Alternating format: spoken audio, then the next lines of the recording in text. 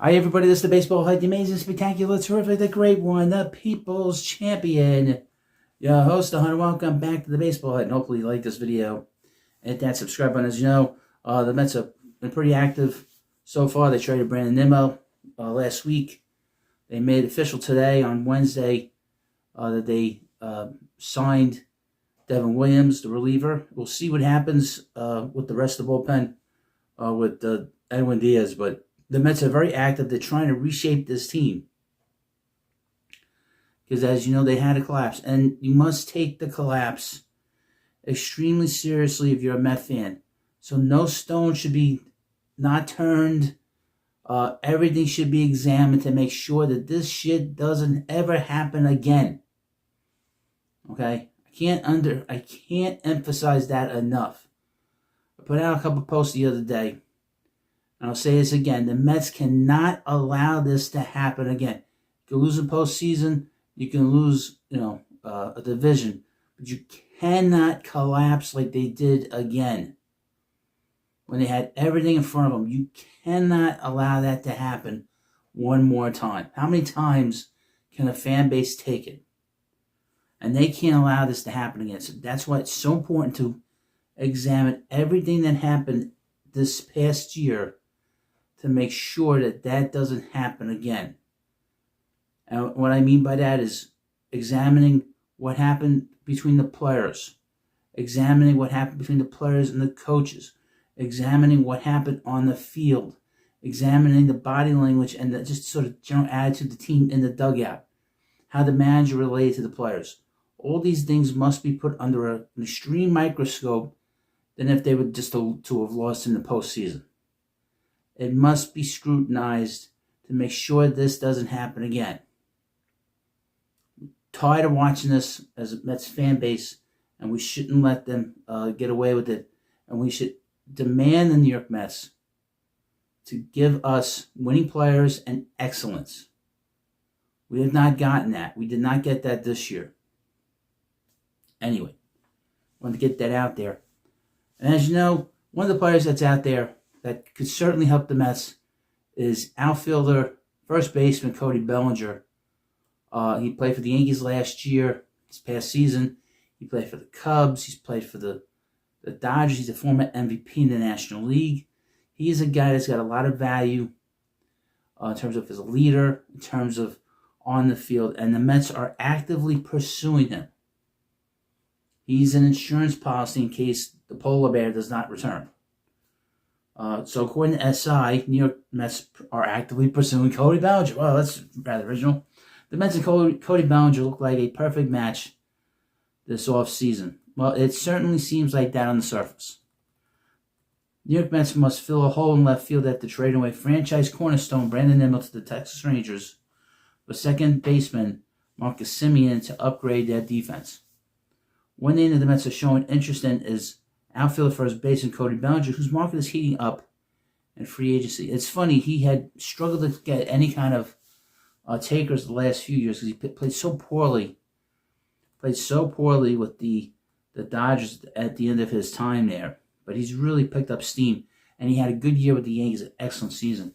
According to MLB insider John Morosi, Mets are among the teams actively courting Bellinger, with the Yankees, Dodgers, and Phillies being the other three interested clubs. I would mention, I guess the Yankees did Yes Network did their hot stove show, and see that Jack Curry does not seem too optimistic that he's going to sign with the Yankees, which I thought was interesting because this is a guy that's in the know, and that's Jack Curry. So we'll keep an eye on that. But Mets on SI previously reported back in early November that the Mets are expected to be heavily in on Bellinger's market. This has proven to be the case thus far. Bellinger's coming off a big year for the Yankees, where he hit .272 with a .334 on-base percentage, .480 slugging percentage, with 29 home runs and 98 RBIs at 152 games. He also had an impressive baseball reference score of 5.1. That's really good. The 30-year-old brought superb defense to the Yankees as well, posting a combined 15 defensive runs saved in left and right field. And we saw him beat the Mets at Citi Field on a great play that he made in one of the games in the Subway Series. Mets president of baseball operations David Stearns harped on run prevention in his end-of-season press conference. This means the Mets need to improve both their pitching and their defense.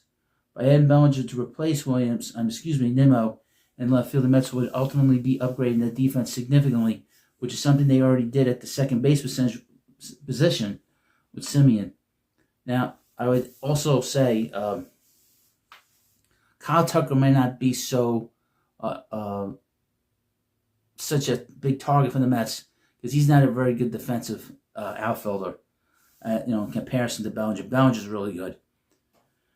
Bellinger could also provide insurance at first base if superstar Pete Alonso walks in free agent. However, Bellinger is a much better fit in the outfield, and the Mets could still bring Alonso back to play first and DH. But that would be a good lineup, folks, wouldn't it? Lindor, Soto, Bellinger, and Alonso, that's pretty good. And Semien, that's pretty good. I expect the Mets to be good next year. I expect them to score a lot of runs. I expect them to have better pitching than they did this past year. And I expect them not to walk so many batters. Since Nimmo was dealt, Bellinger and the Mets look like the perfect match for each other. Well, we'll see. That being said, there's some hefty competition for his services, and the Yankees, Phillies, Dodgers, and likely several others. Mets like they start from the Yankees last offseason when they landed right fielder Juan Soto, the richest contract in sports history at 15 years, blah, blah, blah, blah. While Bellinger won't cost nearly as much, nor will he have as dramatic of a sweepstakes, the Mets can repeat history by stealing another impact player away from the Yankees from the second straight year. Bellinger will turn 31 next season. It's currently unknown what type of deal he is seeking, but it's fair to expect him to be looking for a long-term contract and free agent. He's going to want like a 5-6 year deal. And he's very athletic. I mean, those are the things that's so exciting about him as a player. And he had a lot of rough years there. He was dealing with a lot of injuries, but he has a lot of value. The fact that he can play first at a high level and play in the outfield at a high level gives him a lot of value as a player, and the fact that he can do so much offensively. Not as much as Tucker, but he's very good. And he will help a lot of teams. He's a winning player. He's won a World Series. Winning World Series and knowing what it takes to win is very important. It's extremely important. It'll certainly help this franchise out. And like I said at the beginning of this video, Mets have to talk about and think about excellence and about bringing in winning players. Guys that know how to win, guys that have done it on the big level, and the big spotlight is on them. He's certainly done that. So that's what the Mets have to do. And I've talked about this now over the last few weeks, is bringing in players that, and as fans, I'll mention this, we have to stop bickering. As fans, we have to stop bickering with each other, stop complaining about everything, stop nitpicking about everything. We want the team to win.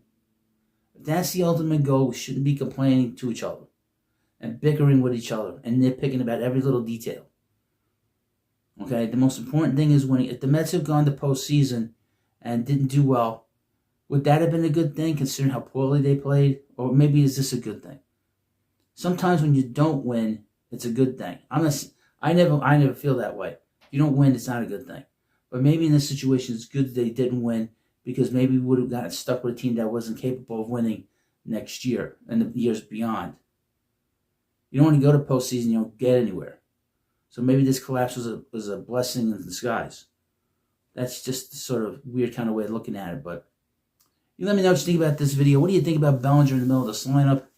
Do you think Pete's going to come back? I mean, I would say it gives them insurance in case Pete doesn't come back. And if he comes back, then you can play him at first a little bit, play him left field, center field, right field when you have to. And it really pads this lineup in a big way. And he's a much better player than Brandon Nimmo, that's for sure. But thank you for watching this video. And of course, please subscribe to the Baseball Hut, and I'll see you later.